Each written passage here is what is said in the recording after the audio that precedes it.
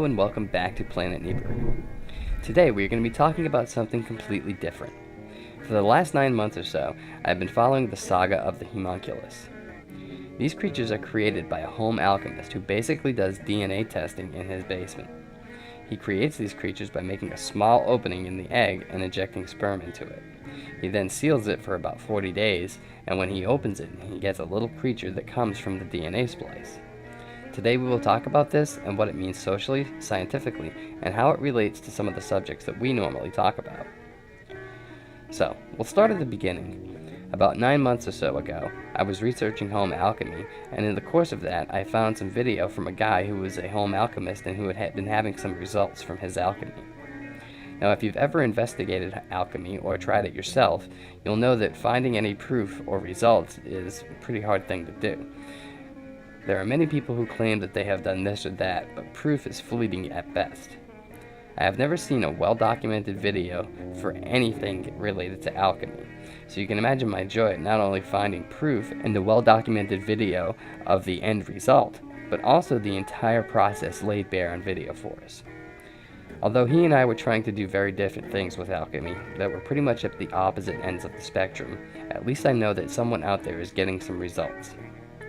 As it turns out, he was doing basic genetic alchemy, splicing the human gene with that of a chicken.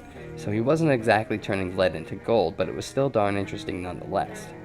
So I watched as he created some of these things. Many folks said he would not be able to do it, and the first couple were stillborn, and he just tossed them out. But by the third time, he had one that was alive and moving.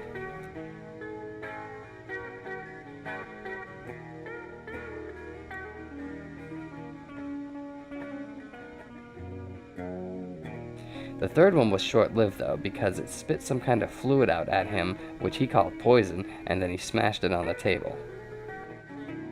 Блять!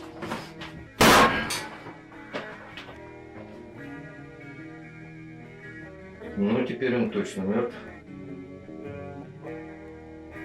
Я его так сильно раздавил, что боюсь, уже невозможно понять. Органы и тому подобное. Just smashed it to jelly on the table. Although many people said he would have never been able to keep it alive anyway, that didn't stop him. Fast forward 40 days, this time he has one and he doesn't kill it, but he puts it in a glass jar and starts trying to feed it. Eventually, he figures out how to feed it with a protein mix that it absorbs through its skin. Over time, it evolves into a much larger creature that has a mouth and sucks food in as he drops it in the jar. He studies the homunculus and finds that he gets a small reading of electrical activity from it. He then decides to make another one. The second one has a totally different body, more like that of a blobby starfish than the first upright plant-like monster that we see in the first video. He would need names to distinguish them apart, so he named the first one, the taller one, Pikachu, and the second one, Slowpoke, since it's basically a blob and moves like a starfish. Unlike Pikachu, the taller one with a mouth and tongue, Slowpoke has no opening, so it absorbs all of its food through the skin, as Pikachu did until its mouth formed and opened. Slowpoke never did develop a mouth, but after a few months, he did grow an eye. Now, you can see as the eye follows the alchemist as he's talking, and then as he moves his hand near the jar, it actually moves and follows his hand.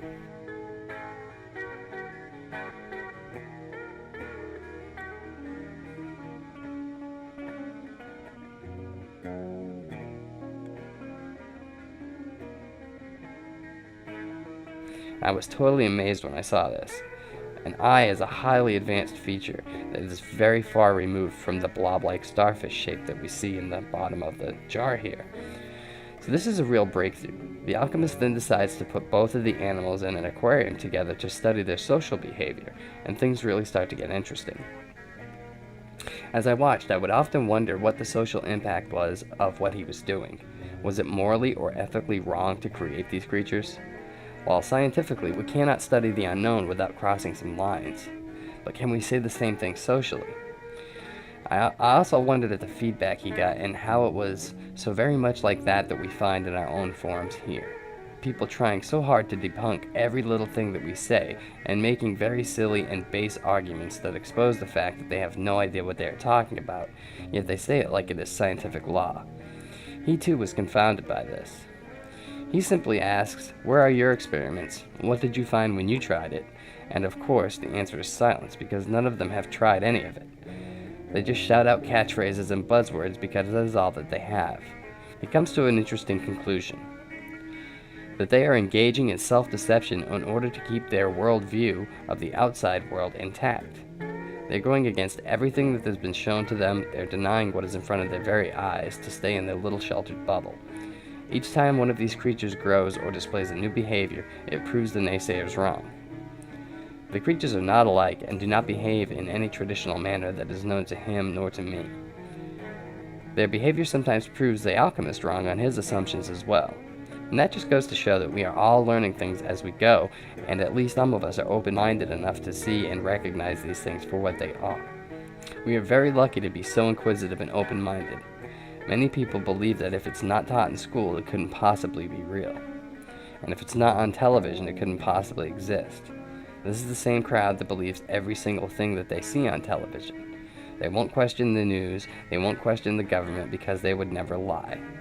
I find this silly, but if we employ due diligence, we will one day have all the facts, and then the naysayers will have to come along too.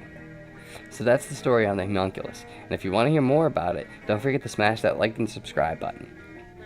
Thank you guys for watching, and thank you for being so very awesome. All of your comments, likes, and subscriptions are very much appreciated. I truly enjoy interacting with you guys and making these videos. It's great to find an entire community of people who think similar and enjoy the same subject. So thank you guys for everything you do, and we will be back with another video very soon.